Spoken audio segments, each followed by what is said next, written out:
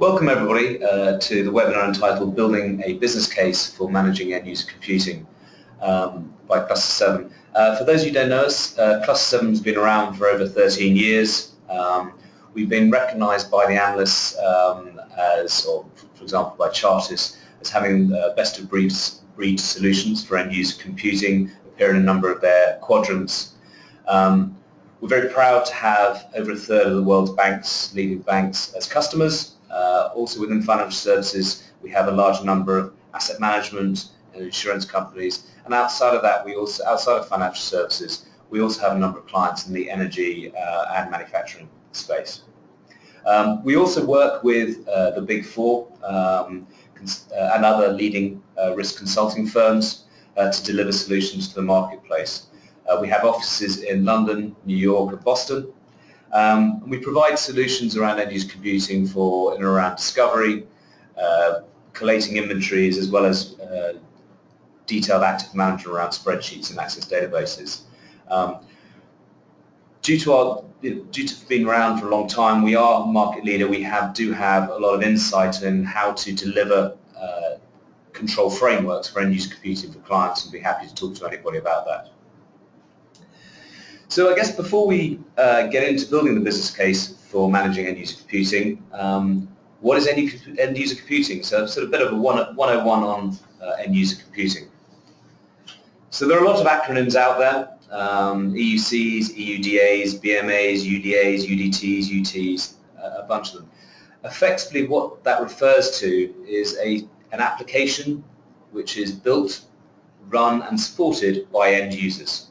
There are a variety of flavors of those. They're predominantly Excel, but there are a number of tools that users use to create these applications, be it MATLAB, ClickView, Python, R, etc. But as I say, in the main, most of the EUCs that exist are dear old friend Excel. So I guess, so what? I mean, the users are creating these applications day in, day out on their desktops. And in an ideal world, they don't matter, because systems, like corporate systems, talk to each other. So trading systems talk to accounting systems, and the reports get generated to boards or to regulators or to clients.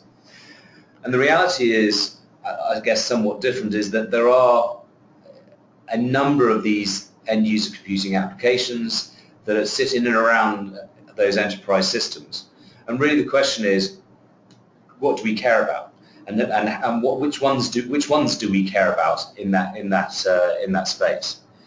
And I guess in and amongst all of this, so we regularly see clients that may have they scan their networks, they may have upward of 50, 60 million Excel files that have been updated in the past year. The reality is, what the organizations need to do is to understand which of those files are critical to the organization, which ones are forming a process that ideally should be within their corporate system. So whether it's a data aggregation, pulling data from multiple systems to feed into their finance system, whether it's a supplementary model doing other calculations that can't be provided for within that risk management system, or where we see a predominance of these end-user computing applications is downstream from systems. So you've invested money, the corporate organization invested money in these enterprise systems, be it finance systems, yet the reports don't directly come out of those systems. They require manipulation by users before they're sent again off to internal management, to boards, to regulators, or to clients. And it's the understanding of those manipulations, understanding which of those files are reliant on which files we're using to run continual processes that are supported by end users, not by IT, and therefore there is an ability for those users to manipulate and change them. So it's important for people to understand which of those files are critical to the organization. The other thing is, once you've identified those, is really actually understanding a lot more about how those files actually work. So how are those spreadsheets actually working? how is the data being transposed? What is it reliant on? And sometimes referred to as the data lineage. Do we actually understand how data is being manipulated before it gets entered into our system or before it creates that final report? To give you an example of this, from our discovery capabilities, we can start to sort of shed some light on some of that data lineage. So this is an example of a single file, one of the 60 million in an organization that we've identified that is supporting aggregation of data to feed a capital model. So the ClusterSeven technology can analyze that file, can look at the things, so it can understand the macro code, it can understand the complexity of the formulas, etc., how many worksheets, and give you some understanding of how that's working. But one of the key outputs, or one of the key items that people are looking for, is understanding where this file itself gets data from. So what our technology will allow you to do is, very quickly, is to understand that this file, in this case, is reliant on at the first level, 26 other Excel files in order to function. So it needs data from these 26 other files to be collated together before it then feeds into, in this case, our capital model. But the real world again is not that simple. Those files in there also are reliant on other files, and those on others, until you actually build up quite a complex picture, and you can understand now, or the organization now has an understanding that this one file that's feeding our capital model is actually reliant on over 600 other files. And this is how the data lineage, this is the manipulation of the data that is required for us to run our process. And I guess that goes a long way towards why EUCs are now seen more frequently in the regulatory frameworks. So we are seeing increasingly now more and more of the regulators are looking for organizations to demonstrate they have an understanding of their end user computing estates. So the sort of summary of all of these regulators and what they're asking for is two key things. The regulators saying to the regulated entities that they do understand that the regulated entities will have a reliance on end user computing for some of their processes. So the first thing that they ask is that the organization maintain an inventory of those files and an understanding of the criticality of those files to the organization. And the second thing they look for is for controls, having appropriate controls in place for those files. So two key things: it's ensuring you've got an inventory and making sure you have those controls. So I guess back to the subject of this webinar. How can we build a business case for managing end user computing? Obviously, we have the regulatory angle or burden if you are regulated. But is there an ROI? And this is what we're going to try and explore today on this webinar. What we have on the screen here is some feedback from one client around the ROI associated with implementing EUC controls and putting management around end user computing. As you can see, there's a predominance of incident prevention and reduction of risk within. So that op risk part is a key part of the business case. But something we're going to explore a little later in this webinar is around some of the productivity gains that you can get from adopting some controls and managing your end user computing.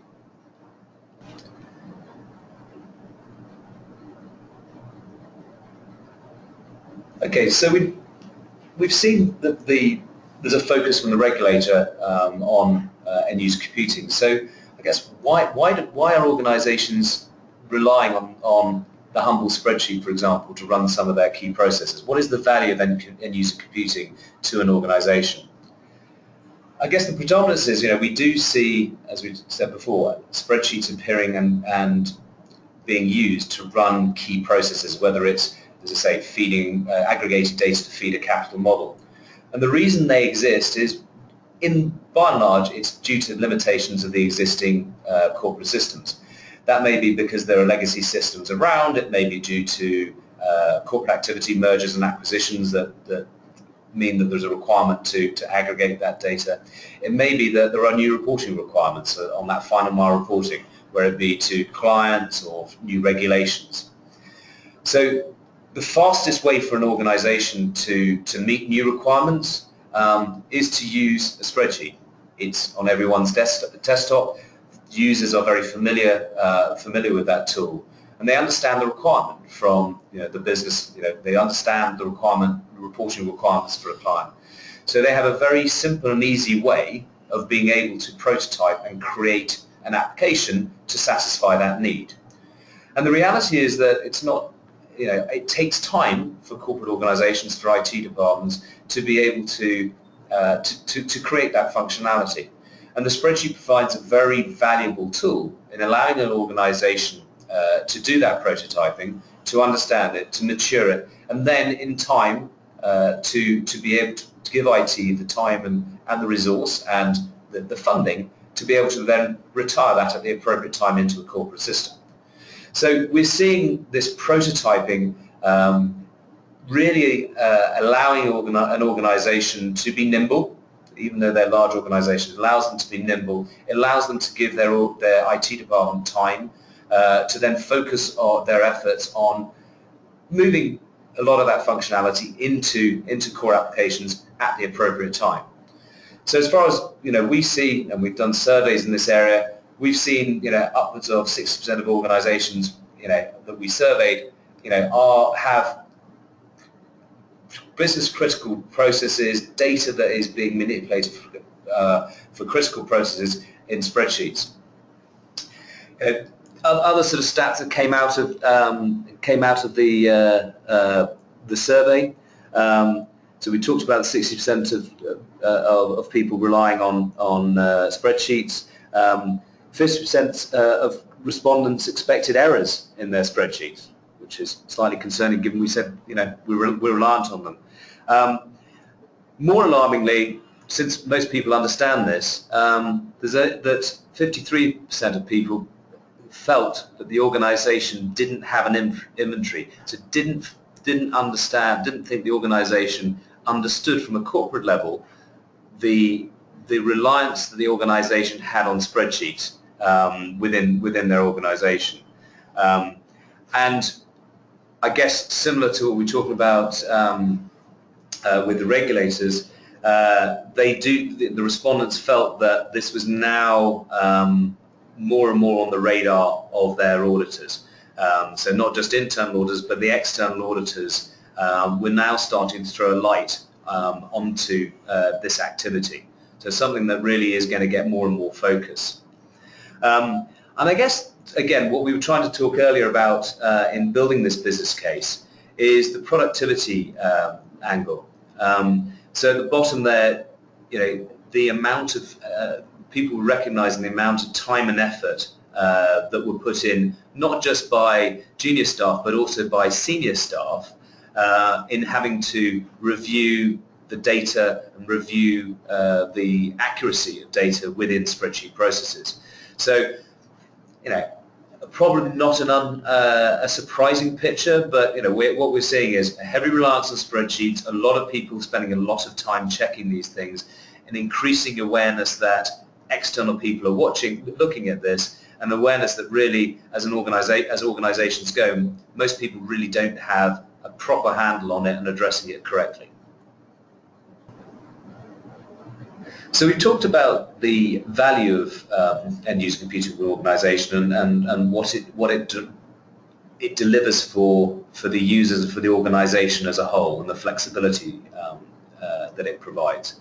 What I want to now do is explore the cost to the organization. So picking up on some of the questionnaire results that we had in the last slide, is what is the cost, potential cost of not managing your end user computing. So Chartis did some work in 2016 on looking at the quantification of EUC risks to an organization. What they did was they devised a methodology which looked at historical data that was available in the marketplace, to try and come up with a validation and a calculation to quantify the risk to an organisation. The data is pretty scarce that is in the public domain, but the report estimated that the sort of value at risk for the largest 50 organisation was over $12 billion associated with end-user computing risk, which is, as I'm sure you will agree, is not an insignificant number. I guess the interesting thing about this report was this really only looked at one dimension of the risk to the organisation, which really was the financial risk. So sort of direct costs, so looking at the errors in activity, some of the key man risk, that's what they really looked at. But our experience in talking to clients is that yes, the financial risk cannot be ignored, but there are other dimensions to the cost to an organisation which actually add to that 12 billion, and actually to a lot of the clients that we talk to, a lot of institutions we talk to, are actually far more important to the organisation. So we have those direct costs, the indirect costs. So I guess the number one risk or consequence of end-user computing, so the cost of the organisation, is reputational loss. So that you do not want to be the person, so within the UK, famously in 2016, the CFO of Marks and Spencer's was on an investors call announcing some results, and when questioned, had to, on that investor call, admit that some of the results were incorrect, and they were incorrect due to a spreadsheet error. So that was a very public admission of an error within an EUC, within a spreadsheet. Certainly in our discussions with our clients in talking about the Chartist research, yes, as I said earlier, they felt the financial losses were important, but actually far greater were the reputational damage. If you were to send the client the wrong statement, or you had to readjust figures and explain that to a regulator, that is far more embarrassing, that is far more damaging, certainly within financial services, where reputation is key. So that reputational loss, and I guess that also translates into the other element, is the regulatory angle.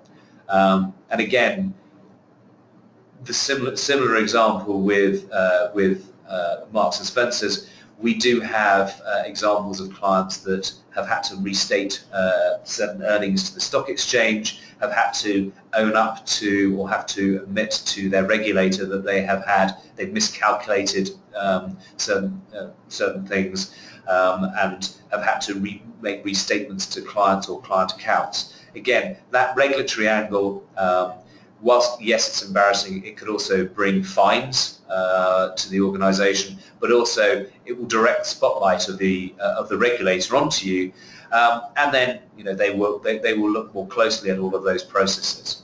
So all in all, there is research out there. You can get the research from our website, the Chartist website. Chartist research, exploring that. But as I say, there are other elements and dimensions to that need to be considered. I guess the other dimension, again, that came through that Chartist research was actually just looking at, I guess, the dollar impact of errors and the frequency with them, and trying to compare where the spreadsheet processes that we've been talking about, where does that rank alongside whether it's internal developed application or external vendor applications. And as you can see from their research, by far and away the biggest risk and the highest frequency were for those processes and those applications that were developed using end-user computing. Again, potentially this sort of output useful for building your business case in trying to describe the cost implication of running end-user computing within your organization. Okay, so we've explored the value of end-user computing to the organisation, and we've explored the potential cost implication to the organisation from a as we said, from a financial perspective, reputational, regulatory perspective. So let's try to pull that together and talk about, how can we develop an ROI for managing end-user computing? Where does that come from? And I guess we talked about this slightly earlier, is there another dimension that we can talk about in terms of some of the efficiencies that we have within are there efficiencies we can gain from managing end-user computing? I guess the reality is a lot of people will look at some of the research that's generated, the survey results, and go, right, so what we should do, and Gartner famously said many years ago, we should get rid of all spreadsheets.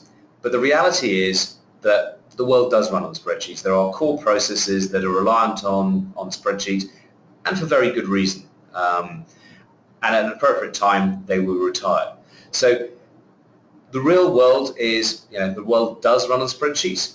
So if it does, and there's all these scare stories, so why don't they fall over all the time? Why do we not have every CFO, like Mark Spencer's CFO, making mistakes? So what is the real issue?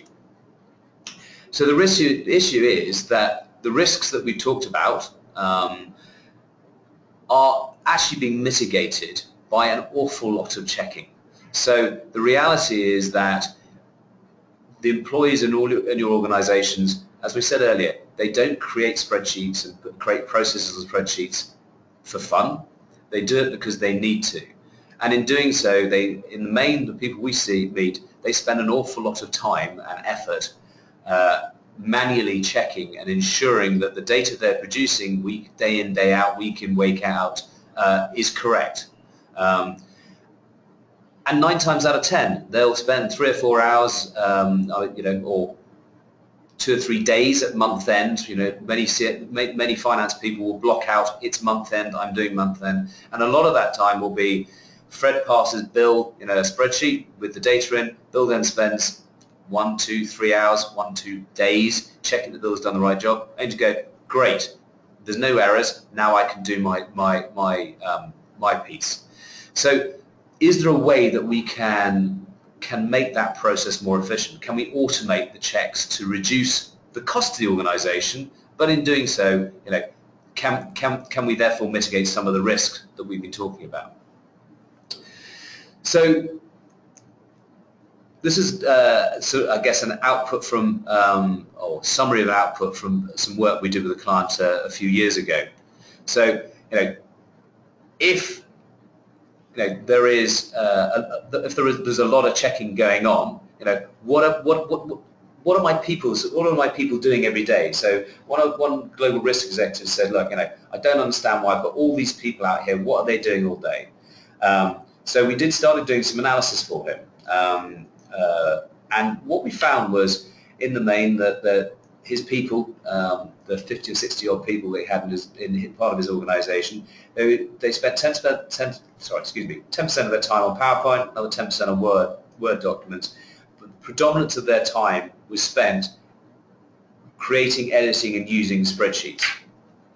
And then we went down to the next level, which was to look at some of those processes. And one of the processes that we looked at involved 5 people, and this was to look at a disclosures process, which they were running using the spreadsheets to make sure they did disclose the correct things to stock exchanges. 5 people were opening 50 odd spreadsheets, updating positions every day, just to make sure they were making those disclosures. They did some time and motion study. Effectively, what that checking was costing them, by implementing and managing that and automating that checking, we conservatively saved them over £400,000 per annum. So the ROI was pretty instant for them. So I guess in summary for this, what we're looking at for an ROI where is the ROI for an organisation in using and managing end-user computing? If you were, I guess the first point here is, as we've said, the world runs on spreadsheets. It's a naive thought to think that we will be able to replace all spreadsheets with IT applications. So on that basis, we recognise, and we explored earlier, there is a massive amount of value to the organisation in having that agility. But by implementing spreadsheet management technology, putting an ability to put some transparency around those processes and be able to automate some of the checking, what that does is it allows the organisation to reduce the risk. I remember having a conversation with someone who said that they had a spreadsheet that they used to run all their modelling for the regulator.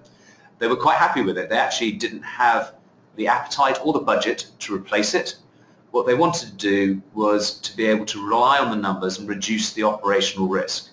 So by implementing our technology, they could have assurance that the model that they all agreed a year ago is still the same model that they're running today, or if there have been any changes, those changes are transparent, everybody understands them, and has agreed that there's been a change to the functionality, so that the model we have today is the version 2 of the model we had last year. And everybody understands there is transparency around that change. So being able to formalize those controls, to use technology to automate the capture of those changes, to enable the organization to capture the reasoning and the approval for those changes, really allows the organization to mature and to understand, take control of those processes, and really to be able to give the organisation the assurance and reducing that risk. In doing so, as we said earlier, that will also go a long way towards meeting the regulatory requirements.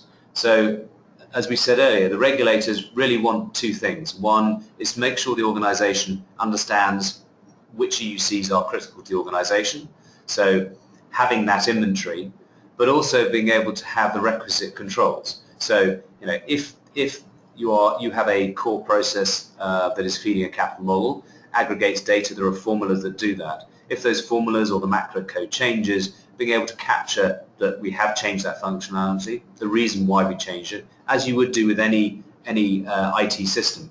The ability to have a lightweight change control process, software development lifecycle, really will help and aid the business, but also allow you to demonstrate to yourselves, but also to the regulators, that you do have the requisite controls around those processes.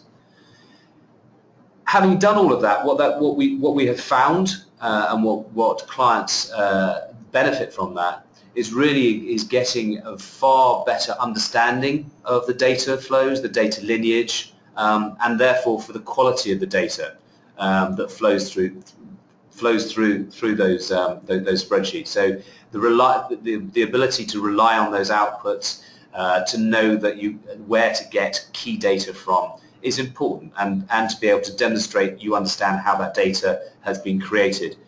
Again, goes a long way for the organisation themselves, but also to demonstrate to auditors and regulators. I guess we did explore the example just now of saving over £400,000 on one process. We do genuinely see an improvement in process in running these spreadsheet processes. It's not unusual for us to talk to people who, when they're looking at spreadsheets, and they on the first tab it will explain the checks and balances they do in and around that spreadsheet. And when we ask them, are there any other checks you'd like to do? The answer is always yes, but we don't have time. What implementing technology does was allow you to automate those processes, automate the checking, the ability to see those results. So now when Fred gets his spreadsheet from Bill, he can actually see exactly what Bill's done through our technology. They can see exactly whether the data is correct, how it's changed, how the functionality changed, and then Bill can get on with his job.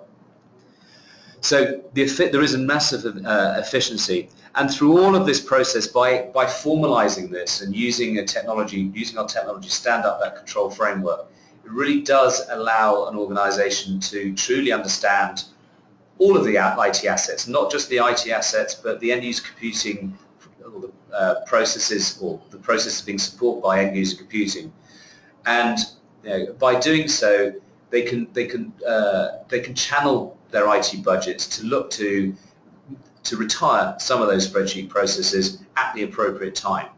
And it really does, by having that visibility and transparency, we see the people who are running our technology having a place at sort of IT committees when roadmap and architecture discussions are made on where the IT should invest their dollars, by actually understanding where the gaps are in your IT systems. That is, you can see that through the users creating those end-user computing applications. So thank you for joining us today. We're going to open the phone lines up for any questions you may have. Here, what are the quick wins from someone wanting to show the value of implementing a spreadsheet management solution? Again, I think the quick wins we see, which is actually linked to another question. Another question here is, someone was asking around, where else do you see the information that you collect in the wider sort of GRC space? I think what most people, the real benefit or initial benefits are from standing up an inventory, for actually for the first time being able to create a single place where people can see what processes are reliant on key spreadsheets, so they actually can start making, or they get that visibility. Once the visibility is within the tool, people are using BI tools and reports to publish that to key stakeholders with the organization. And the more mature clients that we have are using that information to drive their sort of IT architecture discussions. So where do they spend their money, this year, in terms of developing either third-party solutions or internal IT solutions, and the output from or the knowledge of the processes run on spreadsheets from that inventory help guide that and guide some of those investment decisions. We've got another one in here: how the software would run if people are working locally on their machines. So again, that's a process question, I think, around software's or standing up a control framework relies on users doing certain things in a certain way. What technology can do is allow you to monitor those processes, to understand how they're being done or not being done. So what the technology does is allow the organization to allow it to collaborate around those processes and ensure the right checks and balances are in place. I think we've got time for one more. Is there one more here? How can an organization continue to see an ROI from managing end-user computing? Surely once you have your spreadsheets under management, it stops there. I guess that's back to the real world. Your inventory of spreadsheets today will look very different to the landscape in 12 months' time. If you're, if at the moment, you tackle your spreadsheet estate, you manage to decommission, retire 20–30% of them, in 12 months' time, there will be other processes that start up that will need end-user computing to support them in the short term before the IT solutions can catch up. So again, apologies for the late start, for the technical issues, but hopefully you found this useful. As Laura said at the start, there are handouts on the webinar, and I think what we will do is provide you all a link to a recording of this in case that some of you missed the beginning. But thank you again for joining us, and hopefully you found that useful.